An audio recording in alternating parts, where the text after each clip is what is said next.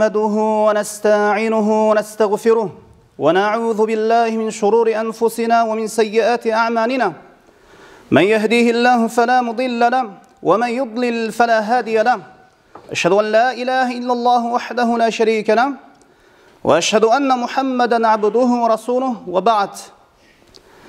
Eğer pende Allah Taala'nın rızkı berүүчү zat ekenine, jana Allah Taala'dan başka hiç kim rızkı bere alбастыгына iman keltirse, al çınığı momun, imandуу pende. Eğer insan balasının rızkısını Allah Taala tartıp koygan bolsa, alıp koygan bolsa, hiç kim anı keltirip bere albaydı. Antkeni Allah Taala çınığı rızkı berүүчү zat. Zekeriya aleyhisselam Maryam'dın aldına, Maryam otura turgan mihrapka, ibadat kıla turgan orunga kirgen kezde anın aldынан rızkını taptı. Oşonda o Maryam bul kaydan degende, bul Allah Taala'dan, Allah Taala özü kalagan pendesi üçün esepsiz rızkı beret dep aytты. Allah Taala sebep menen bolsa da bolbosa da kalagan pendesine rızkı bere beret. Bul hakikat. İnsan balasının rızkısı jana ajalı tagdırlap жазып koyulungan. Hadiste kelet Peygamberimiz sallallahu aleyhi ve sellem aytat, insan rızkısından ölümünden kaçkan siyahtı kaçsa, insan ölümden kaçsa ölüm jetken siyahtı insan rızkısından kaçsa dağı rızkısı bar yoraga jetip barat deydi. Bir insanga rızkı kele turgan bolsa, jin insan bir жерге топтолуп аны кайтаруу үчүн, токтотуу үчүн чыккан болсо дагы бар бир алып келет. Бар бир ошол инсан ошол рызкысы тиет, ошол рызкысын бул жашоодо алат. Бир риваятта келет, Али радыйаллаху анхунун алдына bir kедей киши жардам сурап келет. Ошондо Али радыйаллаху анху үйүнө кирип, şu 4-5 7 dirhamı болот. Ошону таппай издеп калган кезде, жанагы сыртта турган жардам сурап келген киши сабырсыздык кылып тияк биякты карап, Али радыйаллаху анхунун дирхамын таап чыкканга чейин Али радыйаллаху анхунун атынын ээрин урдап кетет. Али радыйаллаху анху дирхамын акчасын таап чыкса, караса кызматчысы айтат, атыңызды эгерини урдап кетиптир дейт. Ла хавла ва ла куввата илля билла деп, мынол дирхамдарды алып базарга барып атым эгер сатып келген дейт. Кызматчысы базарга барса, жанагы эгерди урдап кеткен киши эгерди сатып турган болот. Жанагы дирхамга Али радыйаллаху анху өзүнүн эгерине сатып алып, кайра келип, базарга барсам сиздин эгериңизди bir киши сатып турган экен, ошону кайра сатып келдим дейт. Али радыйаллаху анху ла хавла ва ла куввата илля билла, күч кудуреттин баарысы Аллахка таандык, ошол кишини мага сыпаттап берчи дейт. Сыпаттап бергенде жанагы жардам сурап келген кедей инсан болот. Али радыйаллаху анху айтат, эгер кичине сабыр кылып турганда, ошол рызкысыны, ошол 5-6 дирхамды адал жолго көрө талап кылып алат эле, сабырсыздык кылды, мына арам жолго көрө талап кылып алды дейт. Мына ошондуктан ар бир инсан жашоодо ар бир нерседен ибрат алып жашообуз керек.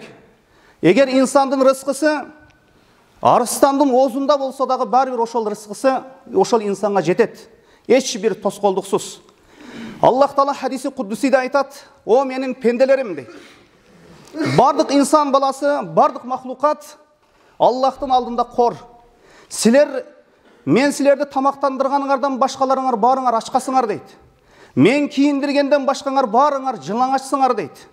Эгер жин инсандын баарысы, алгачкылары болсун, кийинкилери болсун, бир майданга чогулуп менден рызкы сурашса, менин мал мүлкүмдөн ошол ийнени деңизге салган сыяктуу, ийненин учундагы суу сыяктуу азайбаса башкасы болбойт дейт. Ийнени караң, ийнени тигүүчүлөр тиккен ийнени деңизге салсаңыз, ийненин учунда канчалык суу чыгат.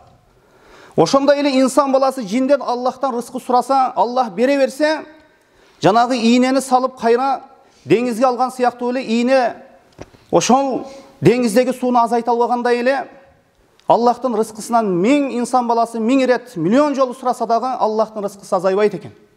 Ошондуктан Аллах Таала чексиз, ошол кең, өтө берешен рызкы берүүчү зат деп Кур'ан-ы Каримде бекеринен айтылган эмес. Ошондуктан инсандын рызкысы бир сомго дагы көбөйбөйт, Аллах жазып койгондон, бир сомго дагы азайбайт, Аллах жазып койгондон.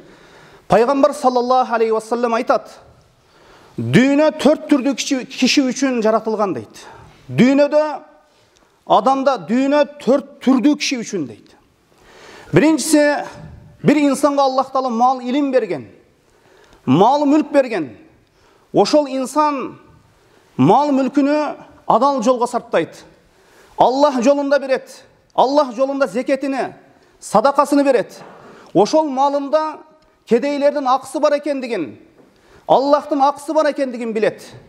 Бул эң жогорку даража. Бул эң жакшы инсан. Экинчи даража, экинчи түрдөгү адам дүйнөдөгү. Аллах ага илим берген, бирок мал мүлкү берген, мал мүлк берген эмес. Ал инсан өзүнүн ниетинде айтат: кане эми баланчыдай менин колумда дагы мал мүлк болсо, садака кылсам, кедейлерди тойгузсам, зекет берсем деп мына ушундай үмүт кылат. Пайгамбарыбыз саллаллаху алейхи вассалам айтат: бул колумда жогу менен колумда бары ажыр соопта бирдей дейт.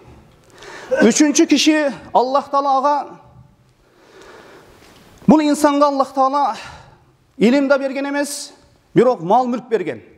Мал мүлкүнү арам жолдо, күнөө иштерде сарптайт, бузук иштерге, ыплас иштерге сарптайт.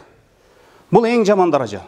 Илим берген эмес, бирок мал мүлк берген, мал мүлкүнү арам жолда сарптайт. Мунун күнөөсү чоң. Төртүнчү киши, буга Аллах Таала илим да берген эмес, мал мүлк да берген эмес. Бул даража эң жаман. Бул инсандын акыракыбети дагы жаман. Аллах өз сактасын. Ал инсан кыялданат, үмүт кылат. Кана эми баланчыдай мал мүлкүм болсо, бузук иштерге сарптасам, зынага барсам, ойносом, күлсөм, мындайча айтканда, ыплас нерселерге сарптасам дейт. Бул колунда жогу менен, колунда бары не күнөө иште бирдей дейт. Пайгамбарыбыз саллаллаху алейхи вассалам өз хадисинде мындай дейт: иннамал а'малу бинният, амалдар ниетке жараша дейт. Бул жашоодо инсан ниетине байланыштуу, ниетине жараша, ошол кимдир бирөөлөр менен сооп иште бирдей, ниети менен жараша, колунда бар болсун, бар болбосун, ниетине жараша күнөө иштерде бирдей болот. Ошондуктан жүрөктөгү ниетибизде кандай ниеттерди кылып атабыз? Бир ушул нерселерге дагы бир көңүл буруп коюбуз керек экен. Мына ошондуктан ушул хадистерге, мына ушул айтылган нерселерге карата инсан баласынын рызкысы, ажалы белгилеп коюлган экен. Аллах Таала баарыбызга жакшы адал жолго көрө рызкы талап кылууну баарыбызга Аллах Таала насип кылсын.